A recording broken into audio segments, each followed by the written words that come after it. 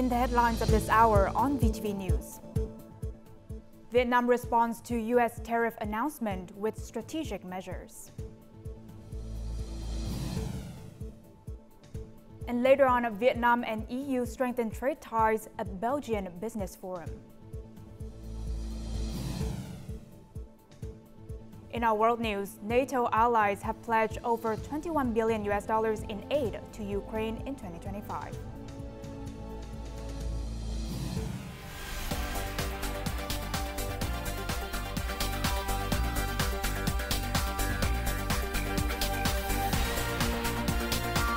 Broadcasting from Hanoi, the capital of Vietnam. VTV News starts right now. Hello, it's 3 p.m. local time and you're watching VTV News. I'm Huyền Trân with the top stories. Now, starting with our top stories, U.S. President Donald Trump announced a new reciprocal tariff policy on Wednesday, April 2nd, 2025 local time. And the policy marks a sharp escalation in the country's trade protection, establishing a 10% base tariff on all U.S. imports and higher levies on dozens of countries. With this announcement, President Trump revealed reciprocal tariffs imposed on 60 economies deemed by the U.S. to cause trade imbalances. Among these, the UK, Brazil, and Singapore will face a 10% tariff, while the European Union, Malaysia, Japan, South Korea, and India will face tariffs between 20 to 26%. China and Vietnam are among the hardest hit, with tariffs set at 34% and 46% respectively. And according to the White House, the reciprocal tariffs are calculated at half the rate of the tariffs imposed by these countries on U.S. goods, based on a formula developed by the U.S. Treasury Department. In addition, the U.S. President signed an executive order establishing a 10% baseline tariff on all imports, effective this Saturday.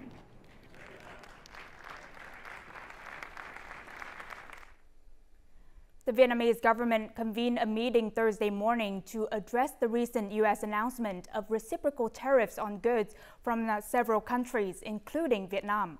Prime Minister Pham Minh Chinh presided over discussions with key ministries and agencies to evaluate the situation and formulate response strategies.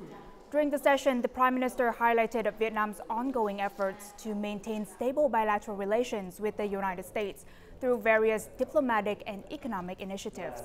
However, the recently announced tariffs are seen as inconsistent with the established relationship between the two nations, the desires of both peoples, and Vietnam's cooperative endeavors. In response, the Prime Minister directed the immediate establishment of a rapid response team. The government will also meet with industry stakeholders, including major exporters, to gather input and address concerns. Now, from an international perspective, the sweeping reciprocal tariffs announced against more than 180 countries and territories sent shockwaves through global markets and also drew swift condemnation from world leaders. Australian Prime Minister Anthony Albanese was among the first to react on Thursday. The unilateral action that the Trump administration has taken today against every nation in the world does not come as a surprise. For Australia, these tariffs are not unexpected, but let me be clear, they are totally unwarranted. European leaders took to social media to voice their disappointment. First, our immediate response must be targeted reciprocal tariffs, targeted narrowly at those American goods we don't need, can make ourselves, or buy elsewhere to maximize impact on the Americans while minimizing impact on ourselves. Bank President Christine Lagarde has warned that U.S. tariffs are escalating tension in global trade. She stressed that trade disputes of this intensity often lead to negotiation tables, adding that the tariffs should start a march to independence for Europe. The European Commission is expected to announce retaliatory tariffs against the U.S. on Thursday and Friday. Meanwhile, the United Kingdom, which is currently negotiating an economic agreement with the U.S., has stated it will not rush into responding to the new tariffs announced by President Donald Trump. Last November set out a range of... They don't want government to rush into any response because the prize on offer is an economic agreement. We don't want to do anything that undermines that. We don't want to get ahead of ourselves. We are still in discussions with our counterparts in the United States. China, the second top exporter to the U.S. behind Mexico, will now face a 54% tariff. The Chinese Ministry of Commerce said Beijing would resolutely take countermeasures to safeguard its own rights and interests. South Korean Prime Minister Han Duck-soo told officials to work with business groups to analyze the impact of the new 25% tariff to minimize damage. Japan, a key U.S. trading partner, has described President Donald Trump's tariffs as extremely regrettable, but did not announce any immediate retaliation or countermeasures. Meanwhile, Vietnam is strengthening other trade relations. Vietnamese entrepreneurs in Belgium and several European countries recently attended a business talk to share experiences in production, business operations, and the import-export of key Vietnamese products, such as textiles, agricultural goods, and wooden furniture to Belgium and the broader European market. This is the Vietnam Business Association in Belgium's first time hosting a networking event to connect Vietnamese entrepreneurs from Belgium and other European nations. It drew strong participation from business owners in Belgium, Luxembourg, and the Czech Republic. We want to use this opportunity to strengthen connections among members and to explore the needs of businesses looking to expand trade between Vietnam and Belgium in both directions. In 2026, the European market will impose stricter regulations on wooden furniture imports. Digitalization and traceability of wood sources will be crucial in reducing costs, saving time, and ensuring greater transparency for furniture products. Focusing on import-export activities, the business talk provided a platform for practical experience sharing among Vietnamese businesses in Belgium and other European countries. Representatives from Vietnam's trade promotion offices in Belgium also contributed valuable insights. The European market has complex and diverse regulations, categorized based on product origin, whether plant-based, animal-based, seafood, or mixed products. Unlike other markets, the EU does not require designated production areas, specific packaging standards, or details on irradiation and sterilization facilities. Instead, it adopts a post-inspection approach. The European Union has made slight adjustments to its policies, shifting from strictly enforced environmental production regulations to a more flexible approach that relies on businesses' competitiveness. As European countries seek to expand trade cooperation with Vietnam, Vietnamese businesses in Europe are taking proactive steps to gather market information and build partnerships. Singapore has officially granted market access to selected Vietnamese poultry meat and egg products. This marks a significant development for Vietnam's livestock industry. The Singapore Food Agency announced this decision following extensive inspections and assessments of Vietnamese production facilities. The agency has authorized the import of heat-processed poultry meat from CPV Food Co. Limited and Meat Deli Hanoi Company Limited, along with canned and sterilized poultry eggs and meat, excluding beef processed under high temperature and pressure. These companies have met Singapore's strict requirements, including implementing robust traceability systems and comprehensive worker training. The approval is seen as a crucial stepping stone, paving the way for other Vietnamese businesses to penetrate the lucrative Singaporean market. Consumers nowadays value the locality and the natural origin of products, so regional specialties are increasingly popular and have a firm position in the domestic and international markets.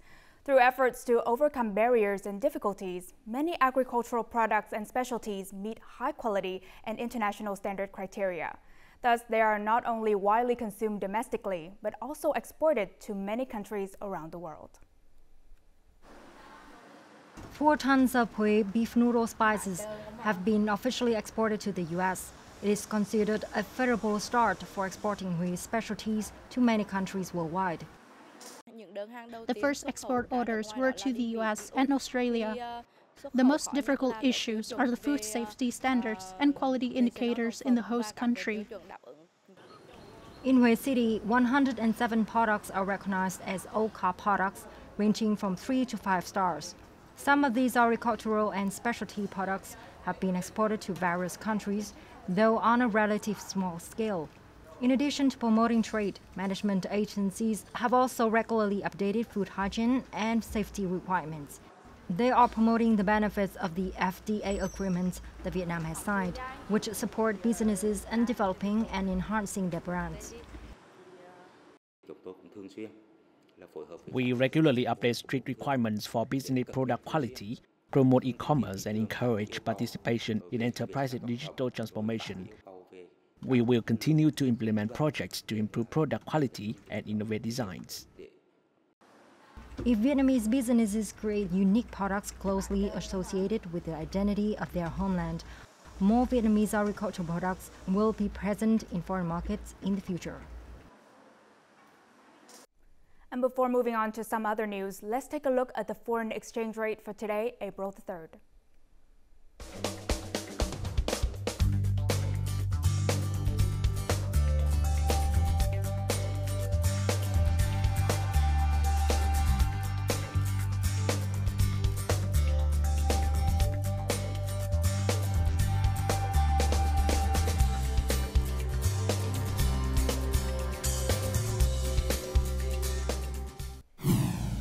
Coming up next on VTV News.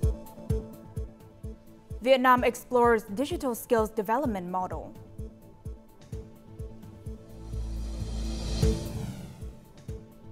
And Hanoi launches new centralized service center to streamline administrative processes.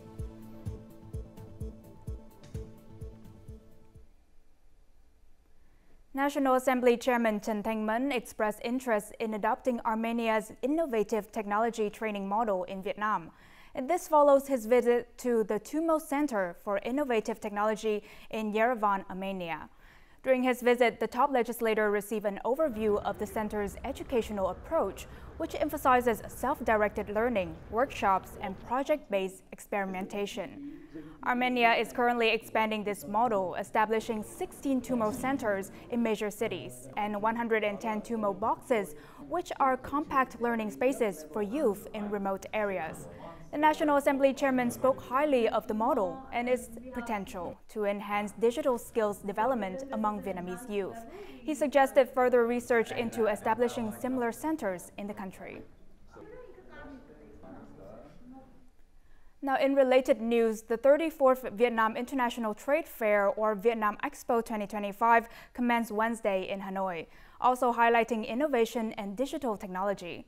The event attracted nearly 400 enterprises from 18 countries and territories. With 500 booths, it showcases electronics, machinery, supporting industry goods, digital technology, and e-commerce solutions. This year's theme, Accompanying Businesses in the Digital Age, emphasizes the fair's mission to help Vietnamese and international businesses adopt technology platforms and solutions. The Vietnam Expo 2025 will run until Saturday.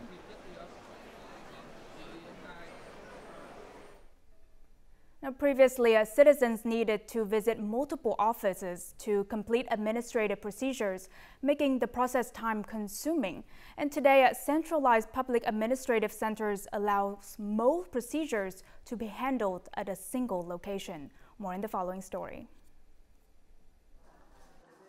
Concerned about long wait times, Son arrived at the branch at 6 a.m. to register a land use change. To his surprise, he completed the procedure within minutes. I arrived early and was first in line. It took just 2 minutes to complete the paperwork. By 8 a.m., all available service slots for the morning session had been distributed. One unfamiliar with online services received help with registering his child's birth certificate. I wasn't sure how to do it myself, so I came here for help. The staff guided me, and I was able to complete everything in just 10 minutes. Now, administrative services have been centralized with digital submission support for citizens. However, high-demand sectors such as land registration, healthcare licensing, and employment processing have been required, tripling the number of counters, handling nearly 1,000 applications daily. With digitalization at our branches and pre-submission assistance, Cases are processed more quickly once citizens reach the service counter. We also plan to introduce a remote queuing system via the iHanoi app. In addition to increasing staff at service counters, we have deployed support teams to help citizens complete procedures online, reducing in-person transactions. We also offer free home delivery of processed documents. Despite expanded staffing, additional service counters, and a multi-level processing system, the new centers are still in their initial phase of operation. As daily demand continues to rise, officials emphasize that complete digitalization and streamlined processes will be essential to addressing the remaining challenges. Now, in other news, by the end of March, nearly $3.1 billion, about 9.5% of the government's target, have been disbursed nationwide. Despite efforts to accelerate spending, the rate remains lower than the same period last year. Land clearance remains the biggest bottleneck, hampering progress on key projects. VTV City's amusement park project in Vĩnh Phúc province was scheduled to go into operation last year. However, delays in land clearance have forced an extension of the construction timeline. More than 70% of the land has been cleared, but the fragmented nature of the site makes construction challenging. Land clearance remains a major hurdle for many projects, making it difficult for localities to achieve the ambitious goal of disbursing 100% of public investment funds this year. Our first step is to raise awareness among residents. If resistance persists, we will enforce land recovery measures in accordance with the law. By the end of Q1, only 13 ministries and central agencies, along with 36 localities, have exceeded the national average disbursement rate. Without a breakthrough, meeting the 95% disbursement target for 2025 will be difficult. It's not just about hitting the 95% target.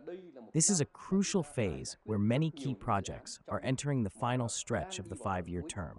If we fail to accelerate public investment disbursement, the broader 5-year plan will also face serious challenges. The provincial government will delegate specific projects to district-level authorities. For instance, the 500 kilovolts Lao Cai Vinh power line has been handed over to districts, which has helped expedite compensation and land clearance. Resolving land clearance issues will be crucial for achieving public investment disbursement targets. While 3 quarters remain in the year, providing time to catch up, authorities must avoid falling into the familiar pattern of slow initial progress, followed by a rushed year-end scramble. High tides during the first 3 lunar months have resulted in significant flooding across numerous provinces and cities in the southern region. Tha Vinh province has been hit the hardest, with rising waters causing landslides along multiple embankments. The recent high tides have been exceptionally strong, leading to widespread inundation, and many households have experienced sudden flooding, resulting in property damage. Aquaculture farms and orchards have also been adversely affected. In Duyên Hải district, the powerful tides have caused a 60-meter section of asphalt road to collapse, along with roughly 100 meters of tide prevention embankment. About 600 meters of power lines have fallen, and officials from the District People's Committee and border guards have been mobilized to reinforce the embankment, evacuate affected residents, and restore damaged power lines. The High Green Trường Sa program, which aimed at planting 1 million trees in Trường Sa district of Khánh Hòa province, was officially launched on Wednesday in Hanoi. The initiative is a joint effort between the Vietnam People's Navy and MB Bank. Planting 1 million trees in Trường Sa will help create a green shield to prevent erosion, stabilize sand, and protect infrastructure, ecosystems, and the environment for military personnel and civilians on the islands. The total estimated budget for the project is $6 million, and it is funded by MB Bank and other domestic and international organizations and communities. In our upcoming stories, Khánh Hòa marks 50th liberation anniversary.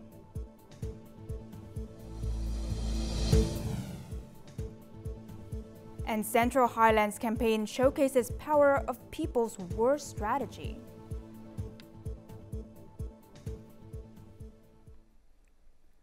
Khánh Hòa province commemorated the 50th anniversary of its liberation on April 2nd with a formal ceremony attended by high-ranking officials. Speaking at the event, Chairman of the Central Inspection Commission, Nguyễn Duy Ngọc, highlighted the pivotal role of Khánh Hòa people and armed forces during the resistance against foreign invaders. Their efforts contributed significantly to the complete liberation of the South and the country's reunification. In the 5 decades since, Khánh Hòa has transformed into a vital regional connectivity hub and a prominent national sea tourism center. The province now serves as a key growth driver within the region.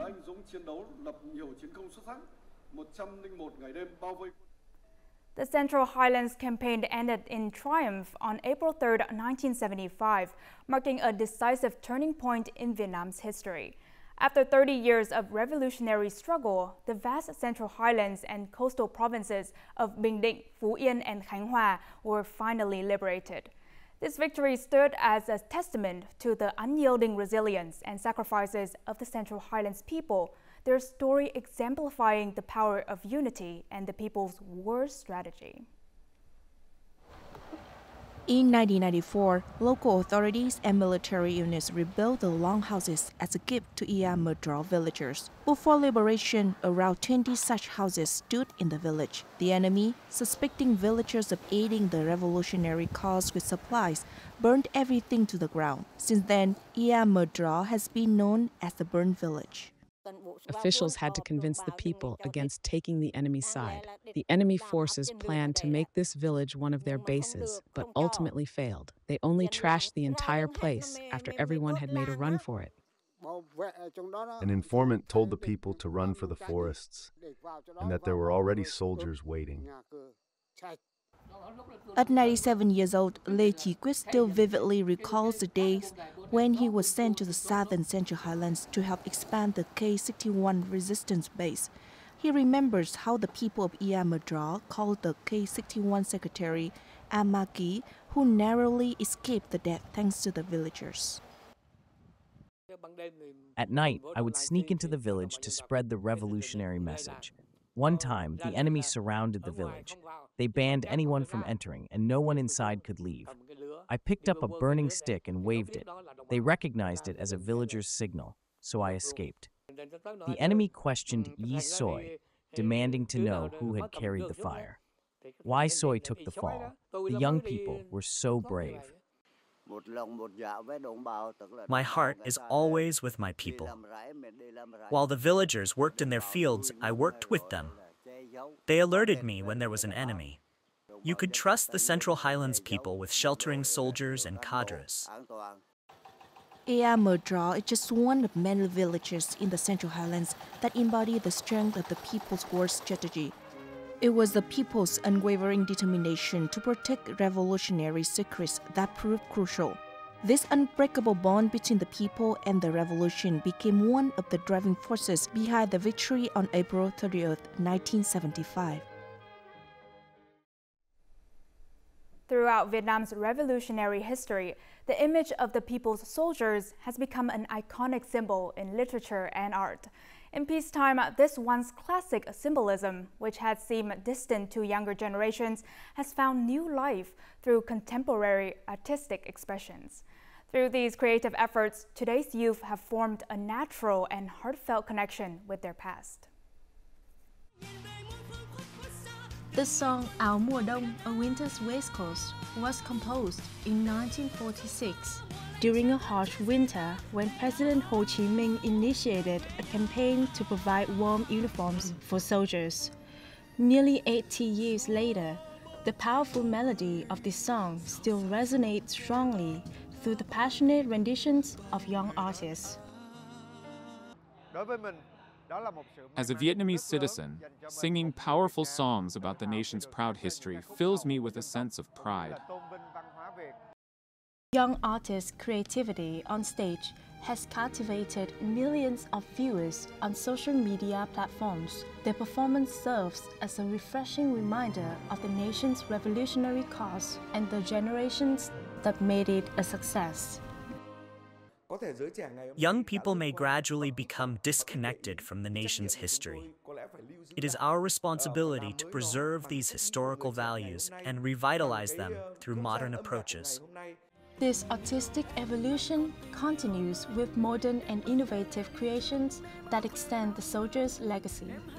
A music video by a young director has attracted over 1 billion views on TikTok and 6 million views on YouTube to commemorate the 18th anniversary of Southern Vietnam's liberation and the country's reunification. A special music video incorporating AI, virtual reality, and 3D technology has been released. The purpose of this music video is not only to revive the heroic history of the soldiers who fought for the complete liberation of southern Vietnam, but also to inspire the younger generation.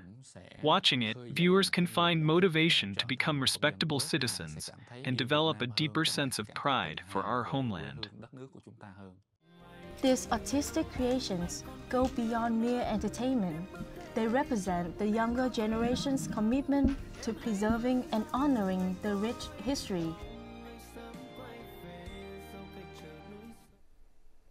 Now shifting to a world focus, the North Atlantic Treaty Organization NATO on Wednesday announced it has pledged more than 20 billion euros or about $21.65 billion in military support for Ukraine in the first 3 months of the year. Now, according to NATO Secretary General Mark Rutte, the bloc's command in West Baden continued to coordinate the delivery of security assistance and training for Ukraine. In addition, foreign ministers from the alliance will meet in Brussels on Thursday and Friday to discuss further support for Ukraine.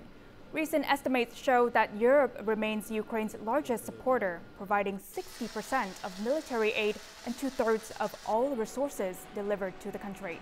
Meanwhile, Russia has repeatedly expressed opposition to the West's continued support of Kiev. Cherry blossoms are in full bloom across Japan, prompting the usual rush of impromptu picnics. However, prices are surging for the traditional food items, often enjoyed while admiring the flowers. A report from Daiichi Life Research Institute shows that the cost of traditional food items eaten at flower viewing parties, which include steamed sweet buns, mochi rice cakes, and carbonated drinks, has risen by more than 40% compared to 2019. The price of rice balls has also jumped by 32% due to rising rice costs. Among G7 nations, Japan faces the highest inflation rate, with food prices rising particularly sharply and wages struggling to keep up. And as usual, let's move on to the weather forecast.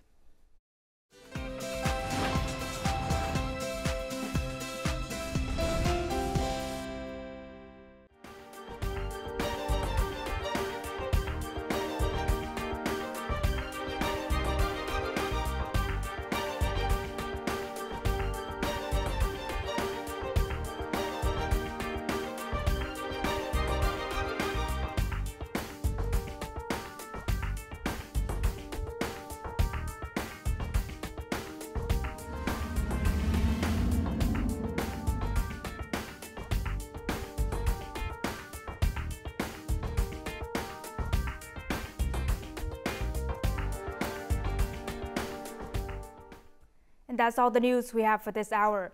To rewatch our program, you can download our mobile app VTVgo or check out our YouTube channel VTV4Go. Thank you for watching and see you next time.